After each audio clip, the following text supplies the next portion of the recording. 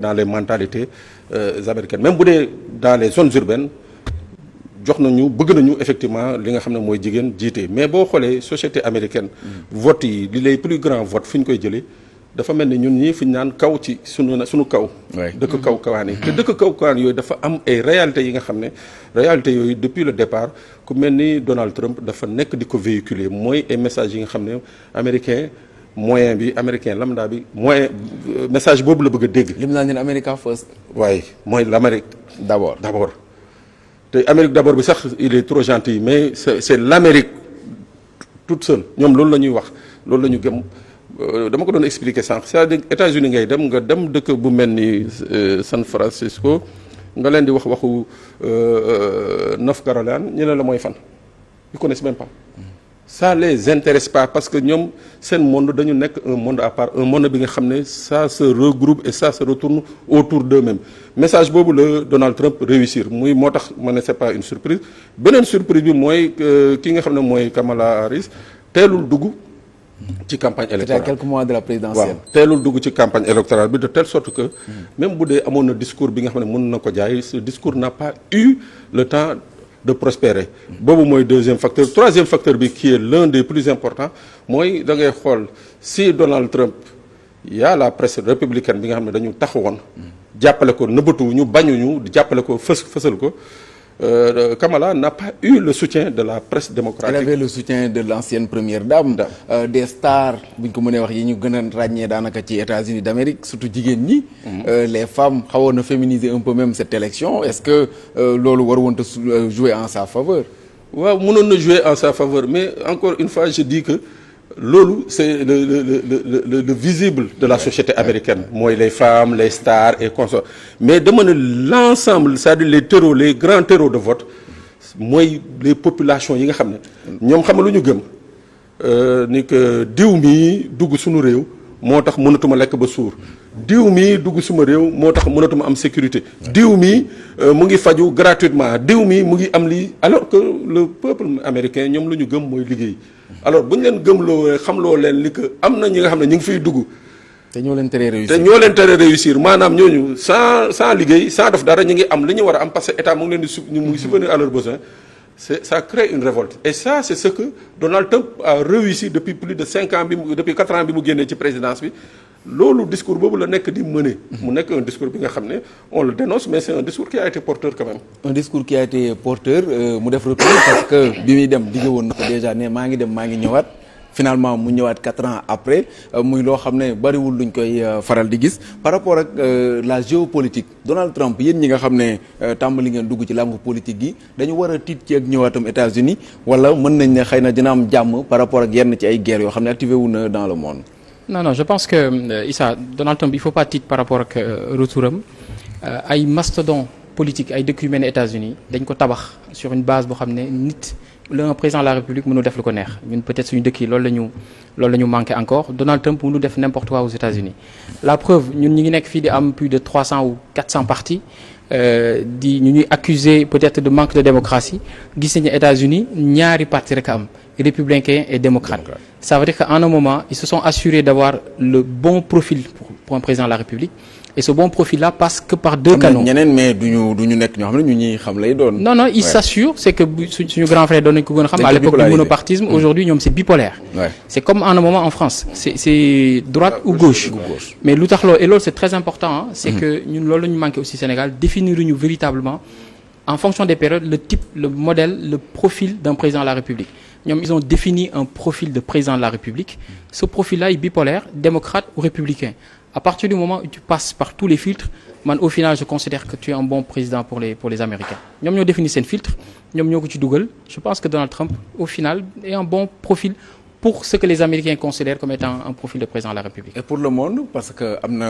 su doon Sénégal la xëy na duñ ci wax ndax du am influence mais États-Unis d'Amérique la première puissance mondiale est-ce que dañ war nañu mën a xalaat par rapport ak l'avenir de la géopolitique. Non je pense pas c'est un homme d'affaires c'est un chef d'entreprise comme un peu ñun li muy def mooy American first mënoon na nekk dans une position Sénégal first day défendre les intérêts de sa localité les intérêts de son pays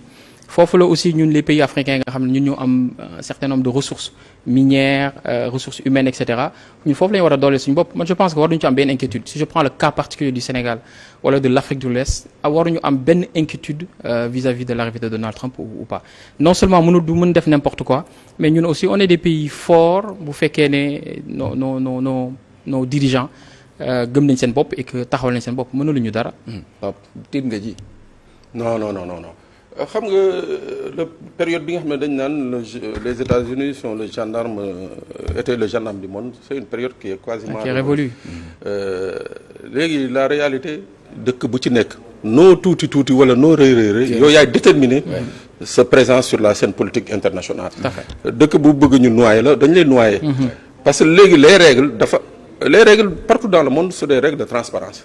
amul dara loo mën a teg ci ndoddu état wala ndoddu gouvernement étranger te gouvernement étranger boobu nangu ko donc comme l'a dit monsieur Sylla c'est en fonction justement des dirigeants muy Sénégal muy Côte d'Ivoire muy feneen c'est en fonction de la posture de la personnalité des dirigeants noonu na leen ne États-Unis di traité ak ñoom parce que en fait une chose est claire mooy le président des États-Unis quelle que soit sa force am na li nga xam ne en politique étrangère mënu ko def tout à fait am limite tout à fait day am limite mënu ko def dafa am lu koy tënk donc loolu noonu nag dëkk yu mel ni ñun dañ ci war a profiter gën a dëggal seen bopp gën a sañal seen bopp fexe ba nga xam ne lii moo war a dox seen diggante ak États-Unis mu nekk quelque chose de gagnant-gagnant pas juste nekk benn affaire bi nga xam ne dañuy nekk un peuple ou bien un pays de consommation de la politique américaine. En tout cas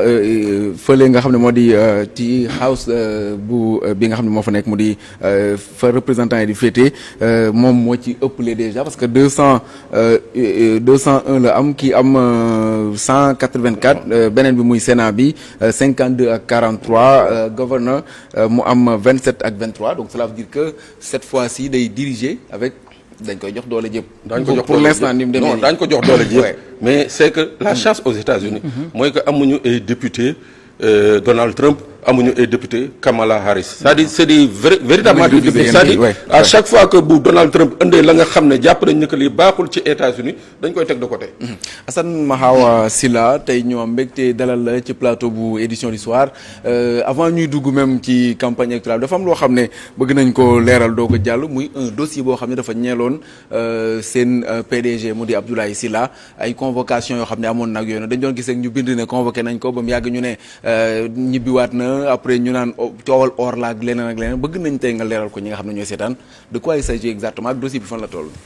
Merci, ça c'est toujours difficile pour ñun par rapport à une conception de justice di commentaire ay dossiers yu nekk toujours en instruction en justice mais mën naa ko leeral parce que liñ ko accusé man dama ko dund période boobu ñu wax dama ko dund président Abdoulaye Sylla dañ ko convoqué mu ñëw dem répondre à la convocation comme Sénégal yëpp am na ñoo xam ne dañu leen di convoqué duñu dem wala bu ko neexoon xëy na mu woo waa Njaareem yëpp wala Touba ak waa Mbacké ànd ak ñoom mais dafa dem bi mu demee ñu ne ko en février 2021 et particulièrement le 21 février 2021 que l'ancien président de la République daf la jox avion avec de l'or nga yóbbul ko dans un pays étranger mu demandé leen est-ce qu'il peut saisir son passeport ñu ne ko oui mu wan leen son passeport ne leen vous parlez de février 2021 le 6 juin 2020 la génn Sénégal ñibbisi le 30 juin 2022 entre les deux dates kooku ngeen di wax muy président Macky Sall que yónni na ma bloqué na presque tous mes comptes bancaires def na ma un redressement fiscal de 22 milliards douane attaqué ma pour 9 milliards sur différentes choses ñu nangu sama 3 contrats ma attaqué ko dans 3 juridictions au final ba Cour suprême jox ma dëgg ma toog 10 mois mënu moon fay samay collaborateurs parce qu'on avait bloqué mes comptes bancaires kooku nan la ma mën a yónnee à l'étranger et vous êtes l'État si vous faites de telles accusations yéen joxe leen preuve yi ñooñu dem bàyyi ko ay 10-11 heures ba 22 heures ñëw ne ko monsieur Sylla xëy na dañoo juum wala mais restez à la disposition de la justice loolu lañ ci am depuis lors tamit derrière ñun yoon rek lañ xam beneen convocation. non pas ma connaissance bi ñu ci paree ñu dem saisir le ministère de la justice par rapport au fait que pendant ñu ngi ko fi téye l'information est sortie quand même ñoom nee nañ xëy na dañoo juum ci moom mais l'information est sortie donc loolu dañoo juum ci moom. peut-être que dañu juum et que l'instruction continue dañu ko rester à la disposition de la justice bi ñu génnee mu retracer tous les événements joxe tous les éléments nécessaires les photocopies de son passeport sa présence ndax nekkoon na fi nekku fi tous les éléments et puis ñu porter plainte aussi contre X pour dénonciation peut-être calomnieuse ou dafa am plainte bu ci tukkee. si président Abdoulaye Sylla porté na plainte porté na plainte je pense que ça a même été rendu public. mais dafa am loo xam ne daf ñuy jaaxal da nga ko présenté comme une victime de l'ancien régime. am na période boo xam ne ñi ngi naan diggante bi neex na ak neexul kon da ngay confirmer que ni digganteem ak l'ancien président Macky Sall am na ay jamono yoo xam ne neexul woon dañ ko doon sonal. non pas du tout à partir de 2019-2020 man d'ailleurs ci la rejoindre Ecotra en octobre 2019 man période bi ma dund jusqu'à peut-être le changement de régime effectivement la relation était tendue pas personnellement avec le président Macky Sall loolu seen diggante la xawma ko mais avec le régime on a vécu des périodes très très difficiles la source li ko démarré et je l'ai vécu man en direct mooy ay factures yu ñu doon fayeeku factures yu toog des mois des semaines des mois ñu koy traquer et ci suuf ñu ñuy faire comprendre que tant que joxewuñu dara dañu fay facturer et des contrats aussi qui étaient en instance la même chose et puis on avait vécu ça plusieurs fois man avant même may ñëw les périodes boobu ñu koy dund président Abdoulaye Sylla a tapé un point sur la table à l'époque il était aux États-Unis ne ma san dërëm duñ ko génne ñun doomu réew mi lañ liggéey def suñuy facture en bonne et due forme toute la liasse est correcte li ñu waroon joxe comme document correct na dërëm duñ ko génne et dinañu fay suñuy facture foofu la machine presque commencé et si c'est nécessaire mën nañ dugg dans les détails. oui parce que il faut ñu dugg ci comment se fait-il que ay nit ne da ngay fay pour nga jot ci sa xaalis. loolu xew ci man je peux tendre la main à sama grand Pape Sané xam na ko bu baax dëkk bi la plupart des grandes entreprises que ce soit sur les contrats sur le paiement des factures dañ ko nangu sur le principe nit ñi dañuy jaawale loxo kajoor day weesaloo nit ki rendre un bon service dans l'administration et cetera nga peut-être nga remercier ko ak le fait que nit ñi bloquer sa facture jël ko dugal ko dans un tiroir parfois même sa chèque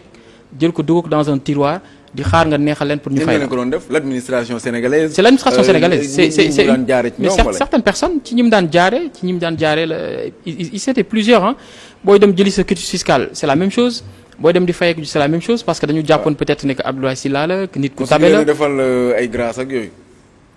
Abdoulaye Sylla ak Macky Sall ñun jàppoon nañ ne mburoog soow la de. waaw en fait principe de mburoog soow boobu amul ay coloré la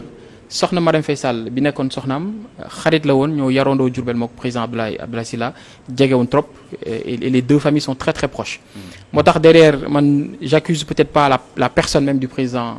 Macky Sall mais ñi ko wëroon certaines personnes yu nekkoon tout autour par respect je donnerai peut-être pas de nom. mais certaines personnes yu ko wëroon ñoo lancé woon cette cabale là parce que dañu yaakaar na xëy na moom li mu yore président Macky Sall moo ko moom vu que rek xamante woon nañ jege woon nañ. donc ñoom ñoo yarandoo Ndiarème mais nekkul woon y avait aucune relation directe. ci alal ji. Pape quelques mots.